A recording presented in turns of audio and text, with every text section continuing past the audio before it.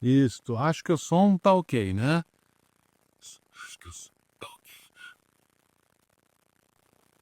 Boa noite, estamos aqui no primeiro episódio da série Imagem e Escrita, ou Escrita e Imagem, da Academia do Traço. Bem, eu já venho produzindo podcasts há algum tempo e resolvemos começar essa série porque faz parte do nosso novo interesse. Meu nome é Nelson Smart, eu estou aqui com a Mônica de Freitas. Nós somos parceiros em projetos editoriais e hoje a gente vai falar um pouquinho sobre esse universo das escritas, da escritura, né? E das imagens ou das ilustrações. Então eu vou primeiro aqui pedir para a Mônica se apresentar, aí eu me apresento rapidamente e a gente vai começar essa discussão sobre esse tema tão amplo que são as escritas e a imagem. E esse aqui é o Félix. Som tá bom, né? Pessoal, se tiver alguém assistindo aqui ao vivo e quiser dar um retorno sobre o nosso áudio, eu estou aqui acompanhando o chat. Então dá um ok para saber se está de acordo com o nosso som, tá? Mônica, então fica à vontade.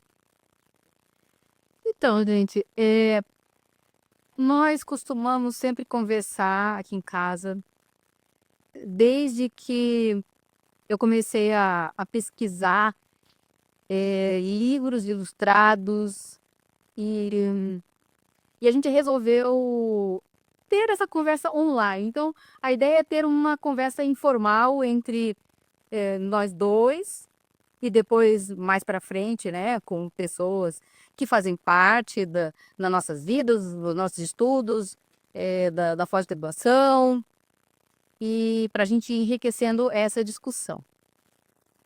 Eu sou ilustradora, para quem ainda não me conhece, já faz 5 anos que eu trabalho exclusivamente com ilustração de livros. Eu fiz uma pós-graduação na Casa Tombada, que foi a pós de livro para a infância, e eu emendei com uma outra pós-graduação, que é a primeira turma da pós de criação de livro ilustrado. Então, assim, eu acho que é importante a gente falar da Casa Tombada nesse momento, porque estudar e ser uma pesquisadora dentro do contexto das duas pós-graduações me deu um respaldo teórico e me colocou nesse mundo do livro ilustrado, do livro para a infância, do livro de forma geral, porque, claro, a pós-graduação ela tem determinados conteúdos, mas a gente, é como são, assim, a imagem que eu tenho é que são tentáculos, né, e que a gente vai aumentando esses tentáculos de acordo com os nossos interesses. Eu acho que aqui é legal, né, contar como é que eu me tornei ilustradora, porque eu fui professora do ensino superior durante 18 anos, mas eu sempre fui muito mais artista do que professora. E teve um dia, essa história eu já contei, né, várias vezes, a Cris Rogério já conhece muito, né, é a coordenadora das pós-graduações, Grupo Aquara Gavilã, André com a Luz, Juliana, então tem assim um corpo de professores.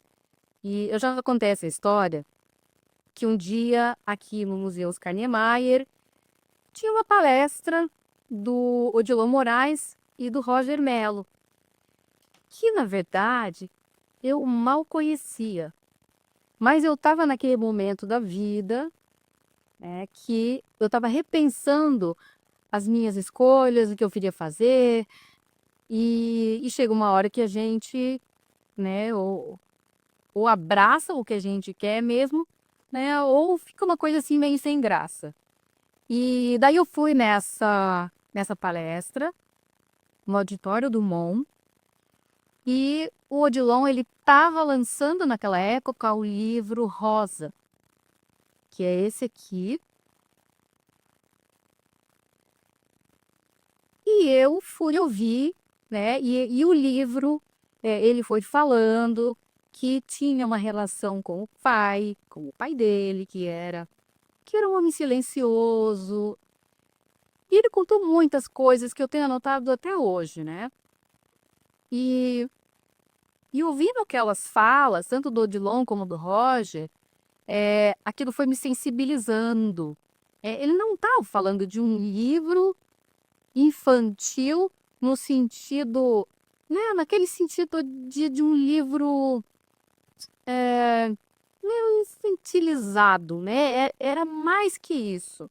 É que eu estava entendendo que era um lugar onde ele misturava tanto as suas questões da vida, né, no caso a relação com o pai, com outras questões, né, que fazem parte da bagagem dele, que é o caso do conto do Guimarães Rosa, A Terceira Margem do Rio. Então, esse livro rosa não é rosa só por causa de uma história pessoal do João Moraes, mas faz uma costura também com a nossa cultura, com a nossa literatura, com as histórias que fazem parte da nossa base como país. Então, assim, é uma coisa muito mais ampla e traz uma delicadeza, uma sutileza. E eu fiquei, assim, muito encantada com isso e fui buscar uma formação, uma pós-graduação e encontrei essa de livro para infância. E mais ou menos na mesma época eu ilustrei o primeiro livro, que foi um livro de poemas do escritor Tomar Barreiros, que me convidou para fazer ilustrações dos poemas. E depois de um ano eu ilustrei o segundo livro, que é um livro de crônicas do João de Freitas, que é meu pai. E assim foi, né? Mas assim, eu comecei muito de sopetão, como ilustradora. E apesar de gostar de livros desde sempre, né? A gente tem uma cultura do livro, que foi a minha mãe a responsável, que passou esse gosto pela leitura e pelos livros. Mas aí, até trabalhar com o livro, eu acho que tem uma diferença e a gente começa a se apropriar, né? O que é ser leitor, o que é ser um autor, tanto o autor ilustrador como o autor escritor. E a gente conversava muito, né? O Nelson, ele é designer gráfico, já trabalhou com livros também, com projetos gráficos. E eu sou, assim, né, meio culpada de passar o interesse pelos livros, pelas ilustrações e tornar, eu acho que vivo esse tema, né, da literatura e do livro, porque a gente começou a revisitar, porque a gente sempre leu livros técnicos, né? Principalmente depois que a gente se forma, a gente lê livros técnicos, científicos e artigos, se faz mestrado, produz e tal. Mas eu acho que a gente reavivou essa questão da literatura nas nossas conversas, né? Então, eu acho que e trazer essa conversa e esses temas é uma forma de colocar o que a gente pensa e também da gente se comunicar com pessoas que também estão interessadas, tanto na profissão como na leitura. Então, acho que a gente vai, né, ter um bate-papo aqui, né, e a gente convida vocês também, né, a participarem e mais para frente, né, a gente vai aumentando aqui, né, a quantidade de pessoas que vai conversar sobre o tema. Sim, tanto para quem está ao vivo aqui, quanto para quem está assistindo isso aqui gravado, a gente deixa aqui o convite para vocês interagirem, comentarem sobre esse conteúdo, fazendo perguntas, questões. A gente fala tanto sobre a parte da escritura, né, da escrita em si, da linguagem visual dessa escrita, enquanto algo vivo, né, que se transforma numa narrativa própria. A própria forma com que você trabalha a escrita que seus diversos estilos, né, como caligrafia, como tipografia, como letreiramento, cada uma dessas formas carrega toda uma estética, né, todo um apelo sensorial e simbólico que também vai se adequar à narrativa. E a gente tem a narrativa da imagem, tem a narrativa do texto, enquanto conteúdo, né, a história que está sendo contada, que também pode ser contada pela imagem. Então isso aqui é um outro tema interessantíssimo que a gente está estudando.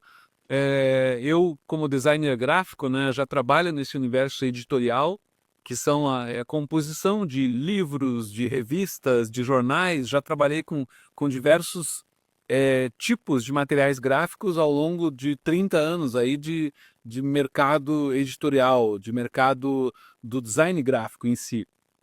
E claro, a partir de 2010, que eu terminei o meu mestrado, eu comecei na área acadêmica e a partir disso foquei meus estudos na tipografia, nas escritas.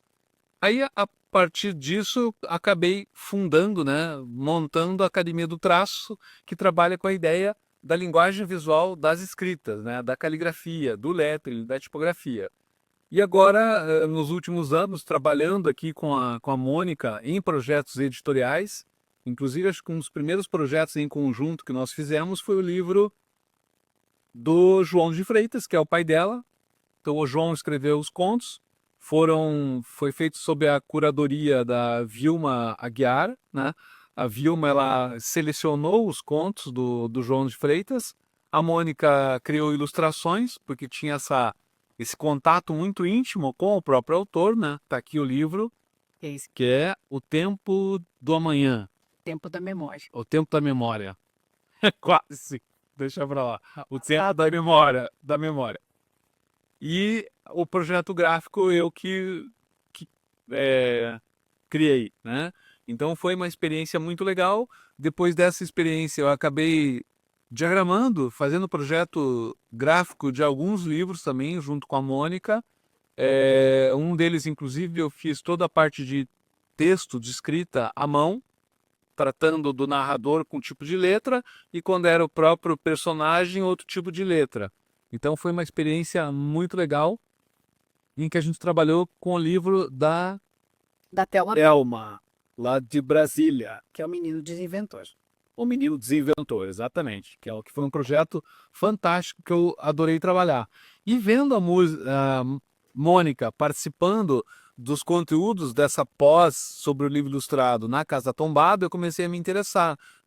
Que cursos que tem lá, né? Quero me aprofundar mais nesse tema. Apesar de já trabalhar como designer gráfico, eu também queria ter essa experiência, né, de ver pelo lado dos autores, né? Tanto o ilustrador quanto o escritor. Eu sempre gostei de escrever, mas escrever poema quando eu era jovem, depois escrever textos para alguma publicação online, escrever textos científicos. Então escrever foi uma coisa que eu sempre gostei, porque eu sempre gostei também de ler. Já que a Mônica falou dela, eu vou falar de mim também. Comecei cedo, né, porque na minha casa era uma casa de leitores, meu pai era um devorador de literatura de todo tipo, né? Aquele que lia 2 livros por semana, 2, 3, então era algo assim, claro, impressionante. Nunca atingi essa meta, né? Mas era uma coisa pessoal dele, ele gostava, ele tinha o prazer da leitura, a minha mãe também, então eu acabei entrando nesse universo da leitura desde jovem. E esse é um dos nossos objetivos aqui, né? Fomentar a leitura, né? Fomentar a ideia de ler. E aí a gente entra nesse outro tópico, né? Além do tópico da importância da produção desses livros, né? Tanto livros infantis quanto livros ilustrados que não são necessariamente para um público infantil, né? Tem livros que eu conheci, uma vez eu comprei, fui num encontro de design em Buenos Aires, aí fui numa feira do livro lá, e tinha vários livros infantis. Daí encontrei um livro chamado La Ola, que é a onda, isso lá por 2016. Trouxe para a Mônica, adorei o livro, é um livro que não tem texto, é só imagem. Pensei assim, vou comprar para nossa filha. Aí chegando em casa, eu adorei o livro, a Mônica adorou o livro e a nossa filha também adorou o livro. Então, para quem que é esse livro ilustrado? Será que é exclusivamente para criança? E aí eu fui descobrindo que realmente nós temos, né, um preconceito, né, achando que o livro com ilustrações é um livro infantil. E na verdade é um livro que todo mundo se sensibiliza, né? Não, e detalhe, né? Eu fui conhecer, já conhecia Laola, que é o livro A Olda, mas não conhecia Suzili. Então, quando eu comecei a ser aluna, né, e pesquisadora, é que eu descobri quem era a Suzili. E eu fiquei muito contente, né? Falei, nossa, com falando do livro que eu tenho. Então, assim, como a gente já consumia, né, esses livros, eu fui descobrindo que a gente tinha coisas preciosas aqui também. Bem, já que você tocou nesse assunto, né, aproveitar esse primeiro episódio. Esse é o nosso primeiro episódio dessa série Escritas de Imagem. É digamos que seja um episódio piloto, né? Porque a nossa ideia é verificar como que os temas aqui são abordados e são, digamos, e interessam a vocês, né? Nosso público, que é o nosso público leitor, o nosso público ouvinte, o nosso público colega, né? Eu acho que aqui a gente tem muita gente que também compartilha dos nossos desejos, frustrações, né? E dia a dia, né? Que é o pessoal que Os nossos parceiros, são os autores, né? sim. Do livro ilustrado, tanto o autor-escritor quanto o autor-ilustrador e também o designer, né, que é aquela pessoa que pensa no conceito integrador em que o objeto livro, e que se bem que a questão do objeto livro também é um assunto dos autores, né? Tanto às vezes do escritor, do ilustrador, e o designer acaba atuando muito intimamente em conjunto, né, com esses autores. Isso são temas também que a gente vai tratar mais para frente, né, em outros episódios. E aí eu tenho aqui um tópico interessante para a gente tratar hoje, né? Na verdade, eu tenho vários tópicos.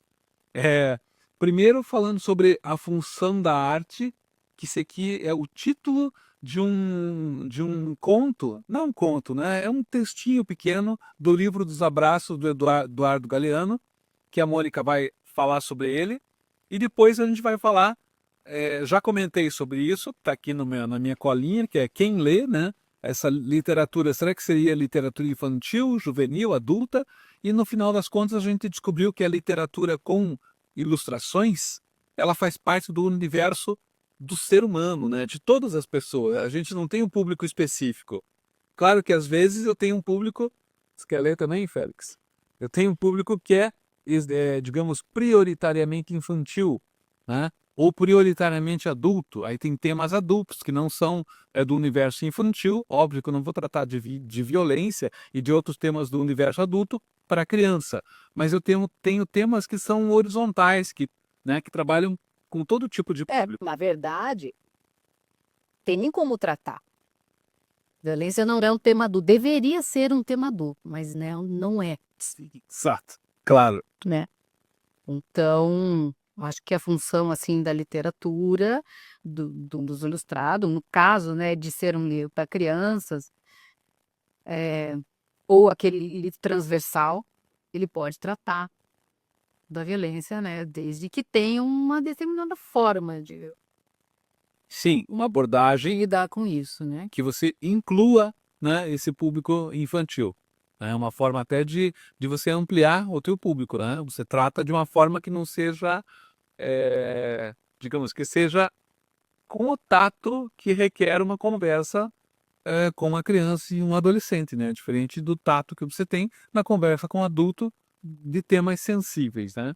Acho que é uma questão de você trabalhar o conteúdo tanto de texto quanto imagem, né?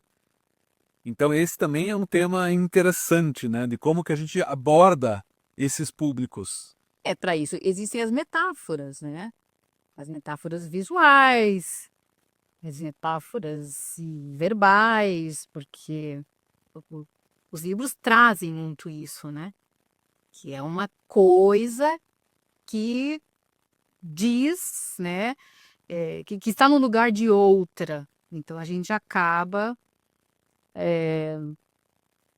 falando, né, com a sutileza, às vezes com afeto de coisas que, se fosse falar diretamente, de forma que eu sou muito crua, seria muito cruel, eu acho, né? Perfeito, então. Bem, vamos voltar ao tema, então, do livro dos abraços? E, então, o livro dos abraços,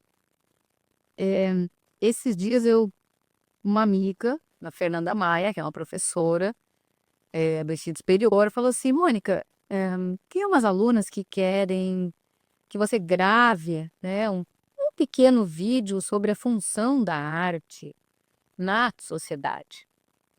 E eu pensei, né, eu reuni, na verdade, várias ideias para desenvolver o tema e para ser sucinta, né? E daí e claro, a gente está falando aqui, né, de arte, a literatura é uma das artes, assim como o cinema, a música, a fotografia, a dança, teatro, né, enfim. E daí eu me lembrei do livro Os Abraços, que tem um pequeno texto que fala o seguinte: o título é A Função da Arte 1. Ele é bem pequenininho, que eu vou ler aqui rapidamente, tá? E começa assim: Diego não conhecia o mar. O pai, Santiago Covadó, levou-o para que descobrisse o mar. Viajaram para o sul. Ele, o mar, estava do outro lado das dunas altas, esperando. Quando o menino e o pai enfim alcançaram aquelas alturas de areia, depois de muito caminhar, o mar estava na frente de seus olhos. E foi tanta a imensidão do mar e tanto o seu fulgor que o menino ficou mudo de beleza. E quando finalmente conseguiu falar, tremendo, gaguejando, pediu ao pai: me ajuda a olhar. Eu lembrei desse texto porque eu acho assim, ele é pequeno, né? Mas quanta coisa que ele fala. O que é o mudo de beleza? Eu acho uma frase assim linda, porque precisa falar alguma coisa.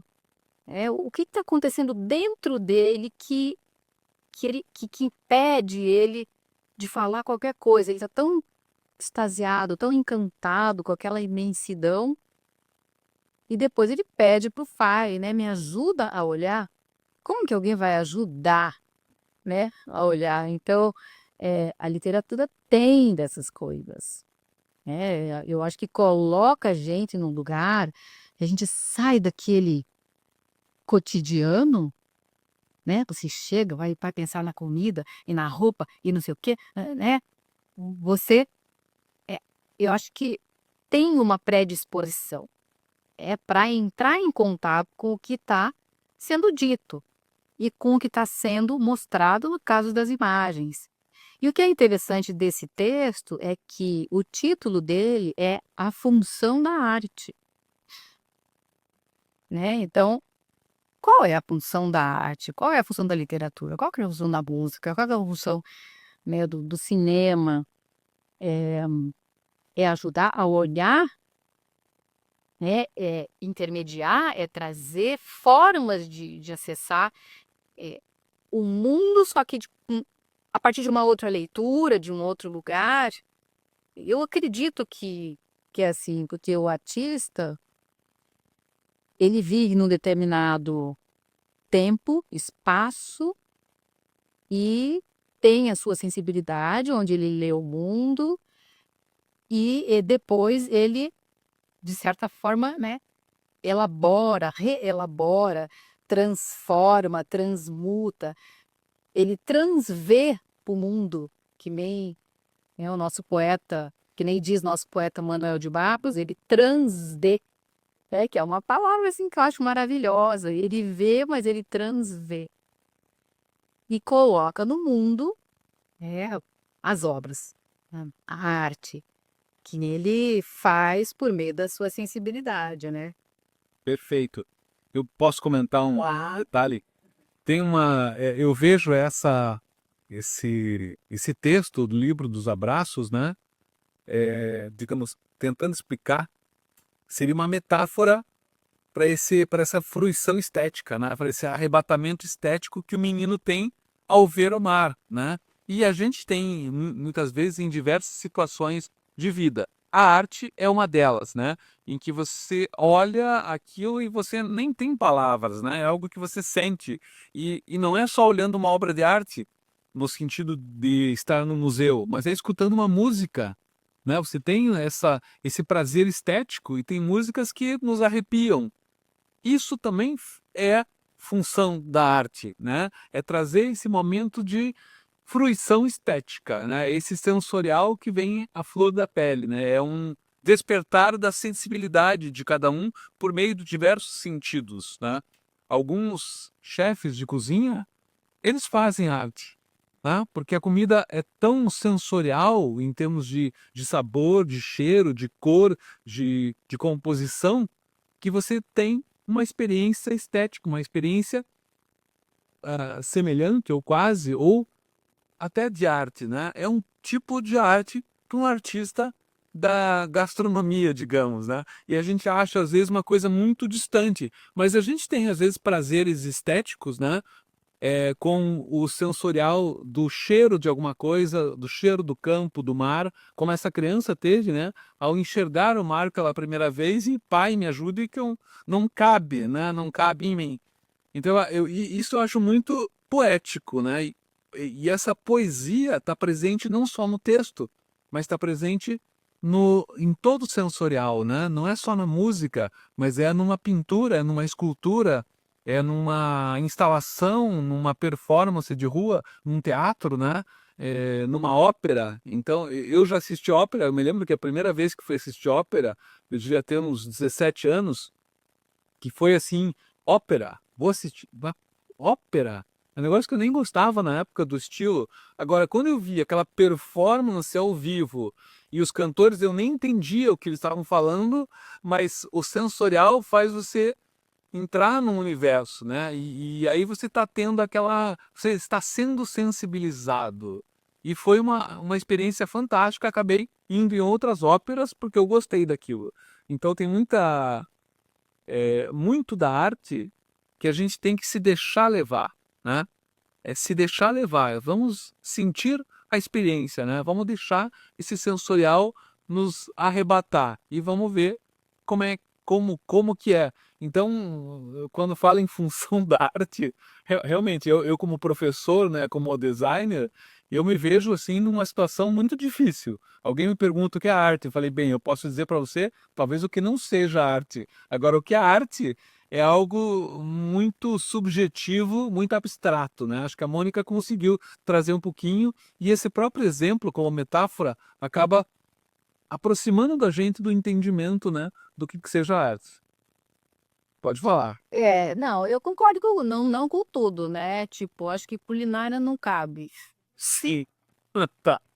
Mas tudo bem, a gente tá aqui pensando nas coisas, né? Porque as sensações, né, físicas, eu acho que daí a gente já aumenta demais esse leque, né? Sim, mas eu só quis dizer no sentido de que aquilo da coisa infantil, né? Ah, esse menino é um artista.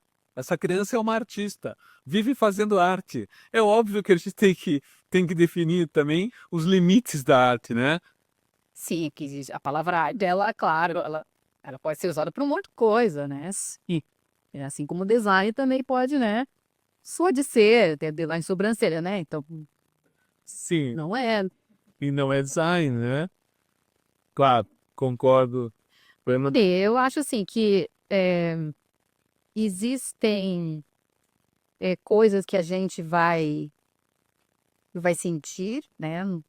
Ao ter contato com a arte e que a gente não explica muito, né? Às vezes eu fico pensando por que que a gente gosta de uma música, por que que a gente gosta de um texto, né? Por que que, sei lá, que será a margem do Guia do Guimarães Rosa, né? Por que que, sei lá, eu já li tantas vezes, o que que aquilo me diz, né? E por que que as pessoas se reúnem para por exemplo, 3 milhões de pessoas, porque eles vão na praia, lá no Rio de Janeiro, para ouvir um show que, que é uma linguagem musical, né? Então, elas não estão ganhando nada, né? Elas não estão ganhando nada de material, mas vão e pagam e estão, né? E viajam. Então, eu acho que a arte dela tem essa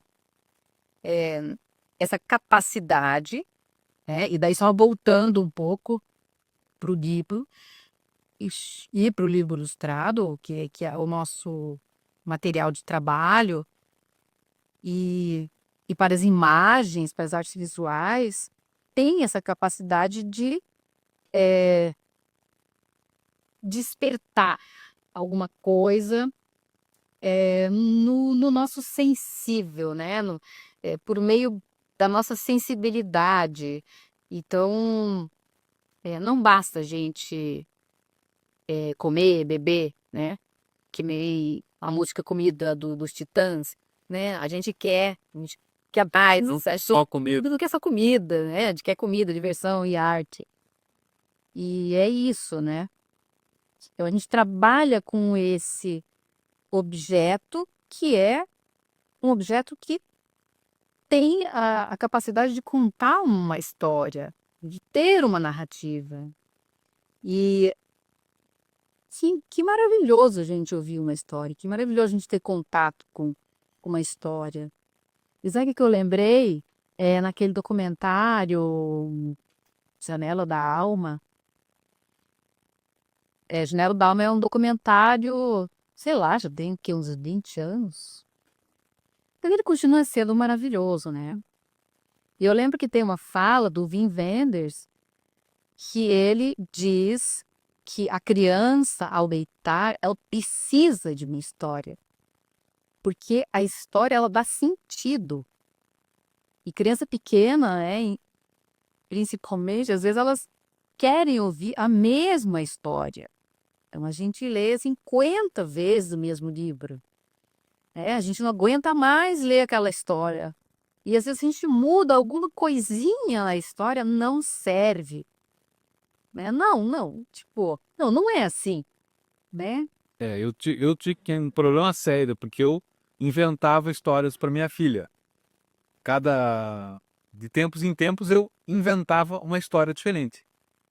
E quando eu ia contar a sequência da história, como eu tinha contado uma história na noite passada, eu não me lembrava exatamente. Daí minha filha olhava assim, não, pai, não é assim que você falou ontem. É assim, assim, assim. Daí eu, obrigado. Aí eu continuava daquele ponto. Então eles têm essa necessidade de ter uma sequência que seja inteligível, né? Uma coisa que, opa, peraí, ontem estava diferente. Então é a segurança, o conforto, né? Dos pais estarem ali contando algo em que eles se situam, por mais que seja um mundo imaginário. Né? É incrível isso, né? Porque são histórias totalmente loucas, mas elas têm um sentido, têm uma sequência. Melhor Íntima. ainda, não é? Exatamente. Que seja uma história mágica.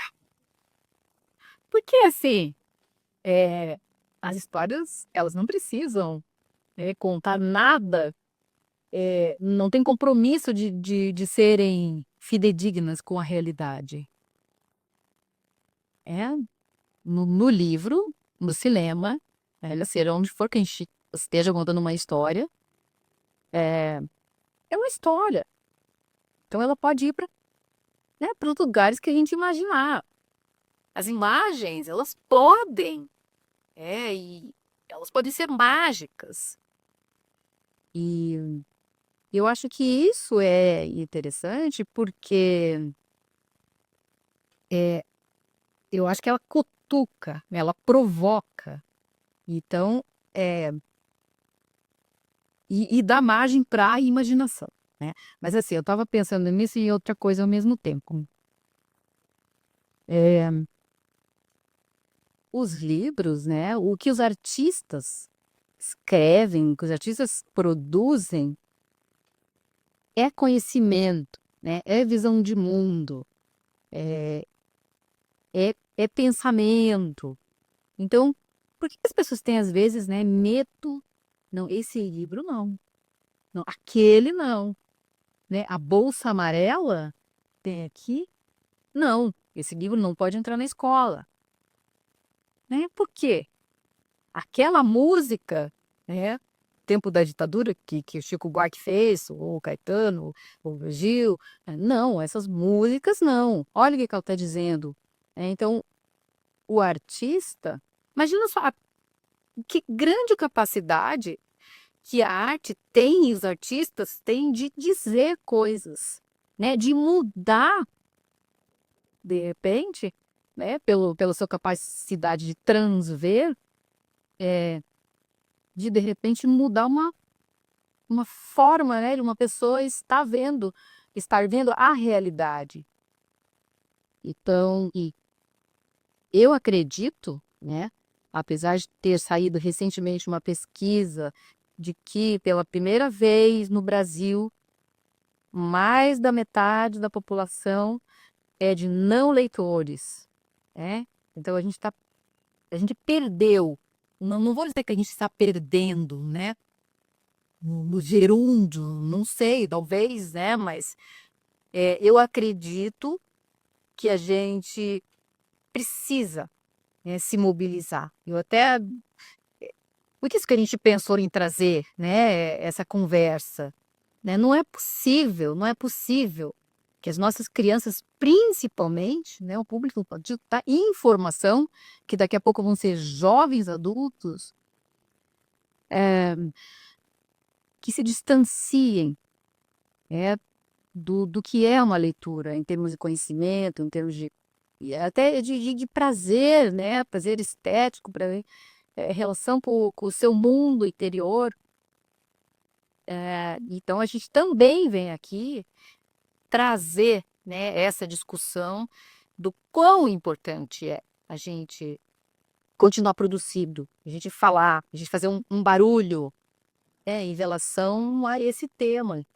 Sim, o desenvolvimento do senso crítico, né, de todas as pessoas, ele amplia com a leitura, porque quanto mais você adquire informação e transforma isso em conhecimento, né, essa capacidade, aliás, de transformar a informação em conhecimento se dá pela leitura, né, se dá pelo desenho, pela escrita. Então a gente tem que justamente incentivar que as crianças não só escrevam e desenhem, mas que leiam também.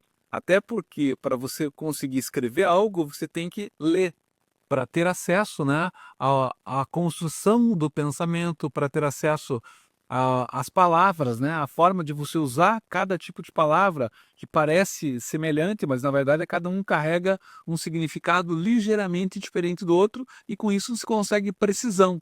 Então, para a gente ter o domínio de uma língua, inclusive o domínio da cultura, a gente precisa de leitores, né? E não apenas de consumidores de informação pré, pré-mastigadas, pré-digeridas, né? Em que apenas você vai dando o caminho já trilhado. Não, a gente tem que ensinar as pessoas, né? E principalmente as crianças, a terem a capacidade de trilhar o seu próprio caminho, né? Terem o olhar crítico, né? O olhar em que pesa todos os possíveis trajetos ou escolhas e escolher e ter a capacidade de escolher, né, por si mesmas e não a partir de uma persuasão de um comercial, né, ou a persuasão de um vídeo de rede social. Então a ideia, né, ela é muito mais ampla, eu acho, né? Eu acho também, só, Sim, sim, pode falar. né, não queria se interromper, mas que você estava falando, né, da importância de ler, né? Porque eu acho que o vocabulário, né, que a gente adquire, que todos adquirem com a leitura, enriquecem a forma de pensamento, e a forma de expressão da mesma forma, né? Porque a gente tem como dizer as coisas, e tem como perceber, e tem como se colocar. Eu ia dizer mais uma coisa, acabou fugindo.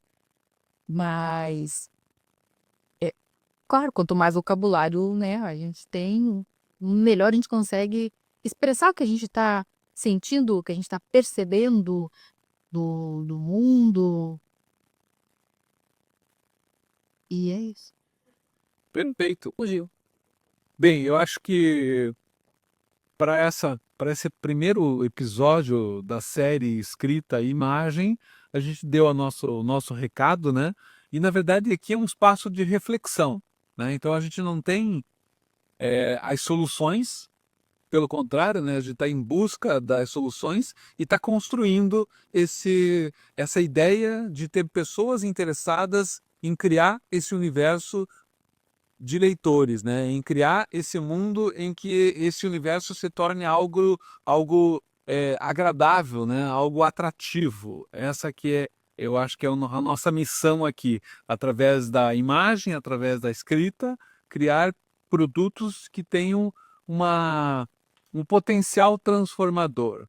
Claro que pode ser um objetivo gigantesco, mas eu acho que quem tem essa capacidade e se envolve nisso, eu acho que acaba tendo isso como uma meta, né? Como um objetivo. Pode ser, não, pode até que não se, pode ser que não seja o objetivo de vida, mas é um objetivo para que a vida floresça de maneira equitativa, né? Que todo mundo possa ter acesso às informações e ao discernimento. Tem a liberdade de escolha, né? A liberdade de escolha se dá através de pessoas que tenham consciência dos seus passos, né? Que dirijam os seus passos por conta própria. Mônica, quer deixar uma mensagem final aqui para o pessoal? Não, olha, eu quero dizer que eu me nego a aceitar que as coisas, né, que a gente vai perdendo cada vez mais leitores, crianças, né? E o que significa isso também? A mediação do livro passa pelos adultos, pelos pais, na infância, né? Principalmente no comecinho da infância. E claro, depois, embora elas possam também caminhar por conta própria, mas é importante, né? O hábito, a valorização, da leitura. Então, eu acho que essa pesquisa ela é bem significativa, né? É um sintoma do que está atravessando, né, a nossa sociedade.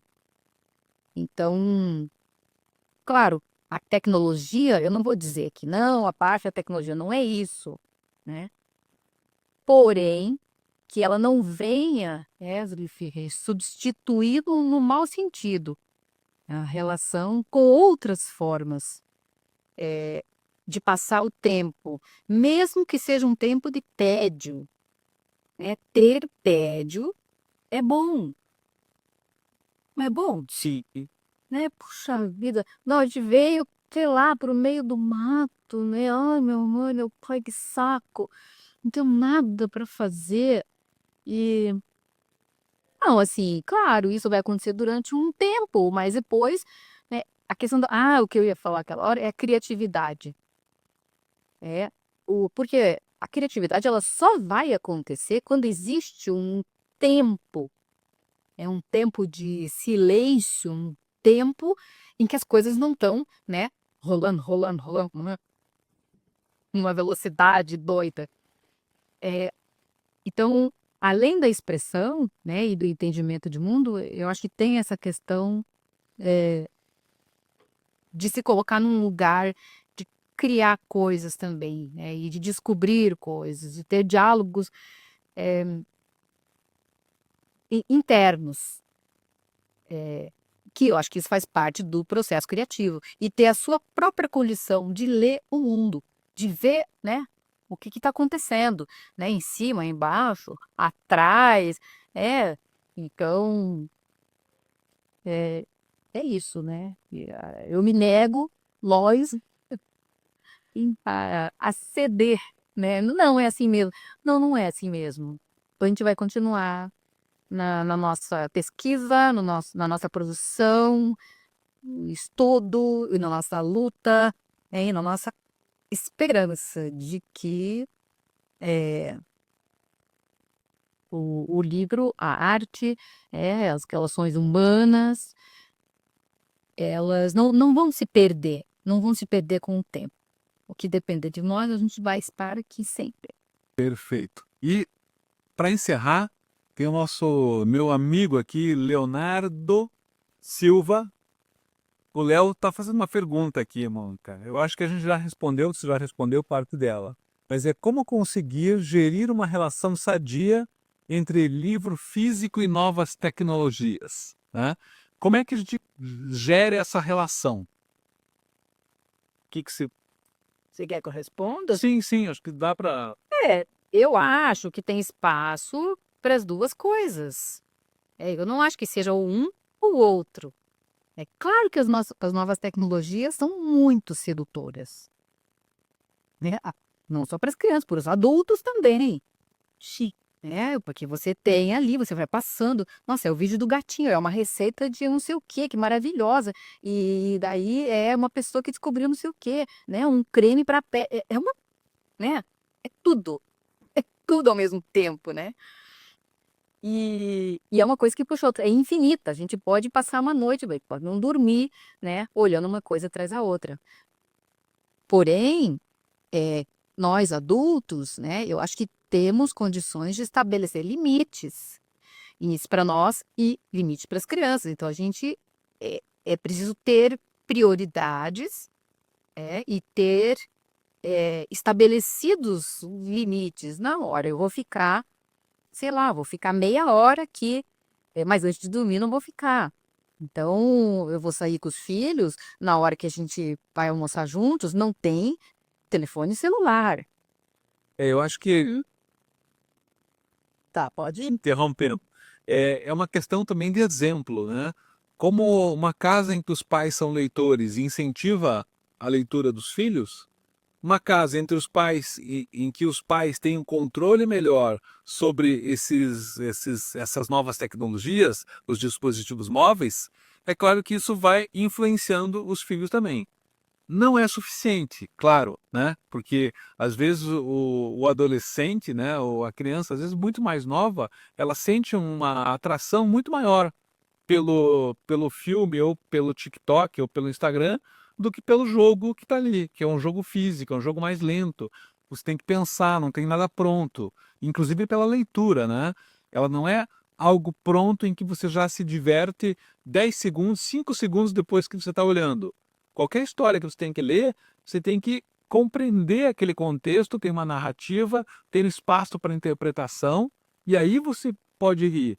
Então, a busca pelo mais fácil é sempre priorizada. E o nosso papel como pais, como educadores, como profissionais do livro, eu acho que é fazer com que esse universo seja, digamos, equilibrado, né? E equilibrado como? O máximo possível de vida ao ar livre, de livro, de desenho e o mínimo possível de tecnologias digitais que a gente sabe que acabam só tomando tempo, né? E que não resultam numa prática com resultados palpáveis, né? É aquilo que vê, e no final das contas não absorve nada, não cresce, não aprende, né? Pois é, então, depois de 2 horas, né, vendo o TikTok, o que que sobrou, né?